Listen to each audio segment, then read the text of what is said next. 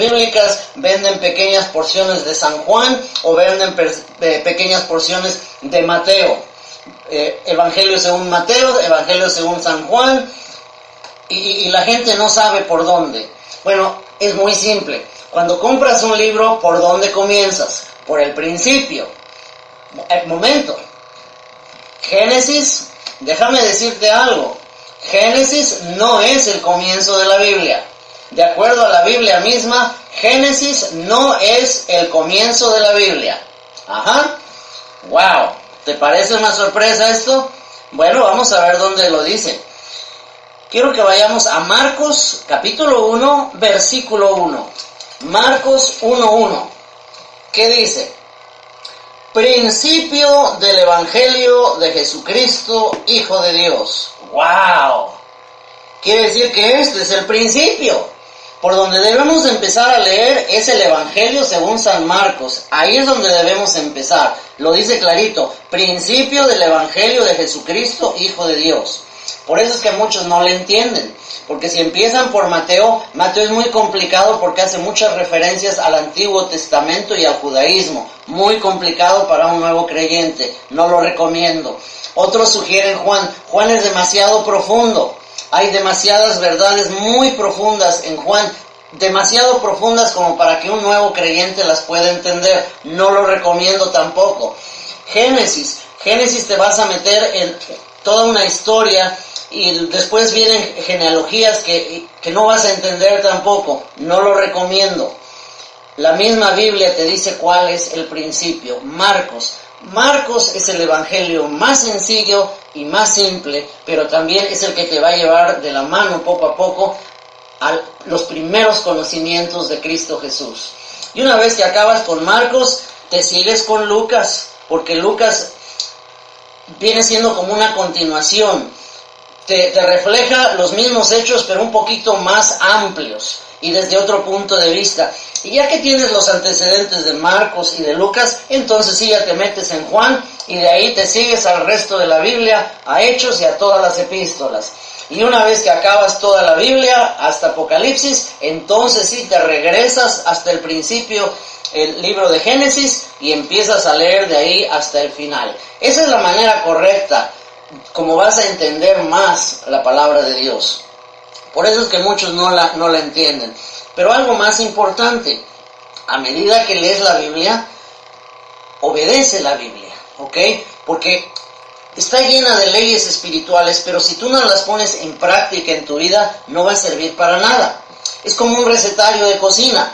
Tú abres el recetario, ves esas fotografías tan hermosas y se te antoja ese pollo, se te antojan esos bisteces, esa carne asada, ese cocido, ese guisado, se antoja. ¿Qué haces? Si nada más te pones ahí, vas a seguir teniendo hambre y no va a pasar nada. No te vas a poder alimentar de nada más estar viendo las fotografías de los guisados, ¿verdad? ¿Qué hay que hacer? Hay que ponerlo en práctica. ¿Qué necesito? Necesito carne, necesito verdura, necesito jitomate, vamos a comprarlo. Y una vez que lo compramos, ¿qué hay que hacer? Una olla de este tamaño, ponemos todo aquí, hay que partir la carne, hay que partir la verdura, y ahora ponemos un caldo, lo ponemos a cocer, ¿por cuánto tiempo? ¿A cuánta temperatura? Ok, y en media hora está listo, y entonces sí, tienes tu plato. ¿Por qué? Porque lo que decía la receta, lo pusiste en práctica, y ahora sí estás gozando un delicioso platillo que sí te va a alimentar, y te va a satisfacer, y lo vas a disfrutar. ¿Ok? Lo mismo pasa con la palabra de Dios. Puedes leer y leer y leer y leer, pero si no pones nada de eso en práctica, si no aplicas nada de lo que lees en tu vida, no sirve de nada, ¿ok? Todo lo que leas, así sea nomás un versículo, un solo versículo, aunque sea, ponlo en práctica. Porque he conocido muchos cristianos que leen capítulos, libros enteros de la Biblia, se devoran 3, 4 libros en un solo día, pero no aplica nada. Entonces todo nada más se queda aquí, y aquí no sirve para nada. Aunque sea un versículo, pero aplícalo. Lo que leas, aplícalo. Esa es la clave.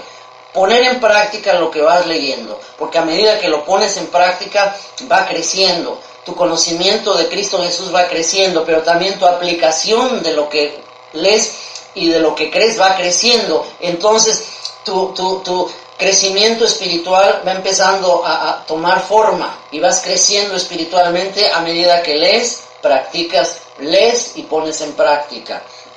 Pero hay otra cosa que debes de hacer: orar continuamente con Dios. Y de nuevo, orar no es solamente pedir.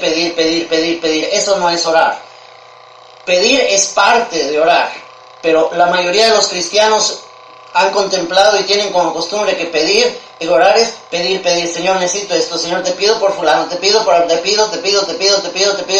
No.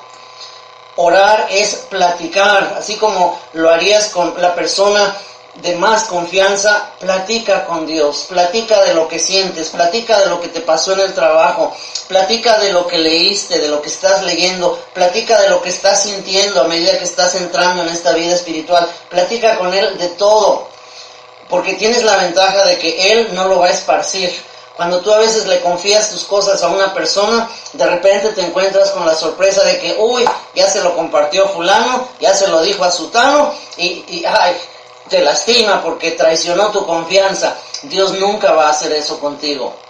Tú puedes confiarle a Dios todo, las cosas más preciosas y más preciadas y más íntimas de tu corazón, se las puedes poner a Él y Él enfrente y Él no las va a regar. Él respeta tu persona, Él respeta lo que tú sientes. No solo eso, sino al tú hablar con Él, con tus palabras, y luego tú lees su palabra, porque la Biblia es la palabra de Dios. Entonces tú hablas con Dios con tus palabras. A medida que tú lees, Dios te va a hablar a ti con sus palabras, y entonces tenemos un diálogo, y tu caminar espiritual empieza a tomar forma, empieza a tomar un motivo de ser, y tiene sentido, empieza a tener sentido, ¿ok?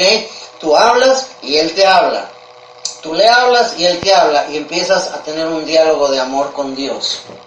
Otra cosa, busca un lugar donde puedas reunirte con otros cristianos o creyentes que hayan creído como tú, de la misma manera.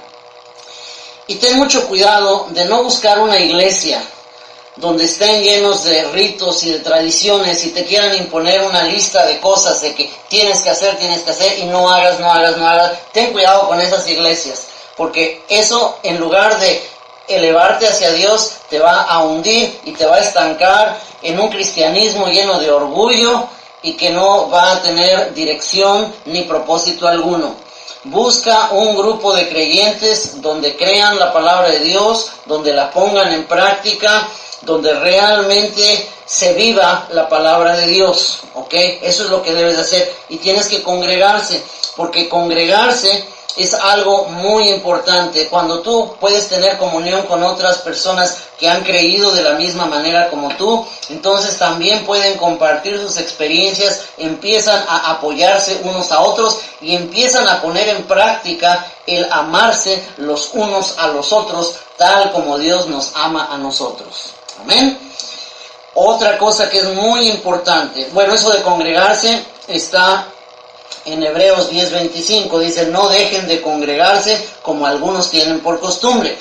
Pero otra cosa que te recomiendo, una vez que ya recibiste a Cristo Jesús, hay otro paso más muy importante. Necesitas ser lleno con el Espíritu Santo de Dios. Necesitas ser lleno con el poder de Dios. El Espíritu Santo de Dios es la persona de Dios que te llena de poder. Necesitas ser lleno con el Espíritu Santo de Dios. Y la evidencia de ser lleno con el Espíritu Santo es hablar en otras lenguas. Es un lenguaje celestial que Dios nos ha dado para poder orar con Él, porque hay ocasiones cuando tú estás platicando con Dios y es tanto lo que te quieres decir a Dios que las palabras no alcanzan. Y ahí es cuando entra en función el lenguaje celestial que Dios nos ha dado, porque empiezas a hablar en lenguas, empiezas a platicar con Dios en su propio lenguaje, y tu espíritu se conecta automáticamente con Dios, porque dice que Dios es espíritu, y los que le adoran en espíritu es necesario, fíjate esa parte que dice, es necesario que le adoren en espíritu. Eso está en Juan 4, 23 y 24. Dios es espíritu y los que le adoran en espíritu y en verdad es necesario que le adoren. Gloria al Señor.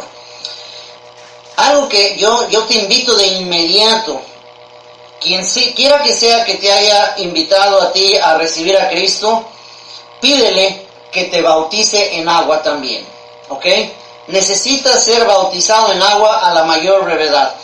Si tú lees el libro de los Hechos, el bautizarse en agua es la demostración pública, la confirmación pública ante las gentes de que tú has recibido a Cristo en tu corazón, y es algo que necesitas hacerlo de inmediato. No te va a salvar el ser bautizado, ya eres salvo, pero es una confirmación, es un testimonio precisamente donde tú estás confirmando tu decisión de haber recibido a Cristo en tu corazón y lo estás haciendo públicamente. Entonces busca ser bautizado en agua a la mayor brevedad posible. Ahora, esto que te voy a compartir a continuación es muy importante, porque tal vez ahorita que estás entrando en esta nueva vida espiritual, estás entrando con entusiasmo, has visto que Dios ha tocado tu vida, estás entusiasmado, estás contento con esto. Bueno, no lo dejes apagar. Así como alguien se acercó a ti, ya sea que lo hayas conocido a través de una persona, o de la internet, o de la página en la internet, o de Facebook, o de YouTube, o donde sea.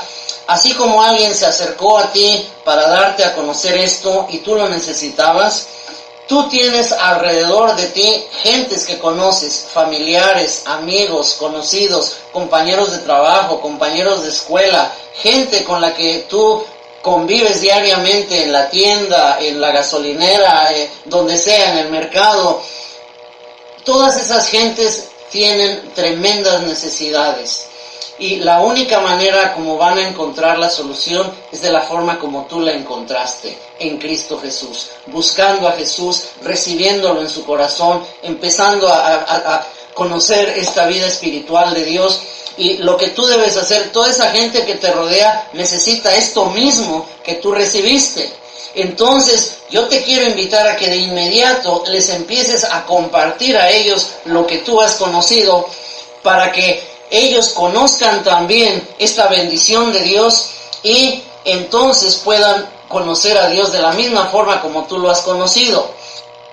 Que revolucionó la alabanza. Denle la bienvenida a Juan Carlos. Este programa fue una producción de Obra Misionera como La Droga en la Noche, Ministerio Informativo. ¿Alguien quiere gozar?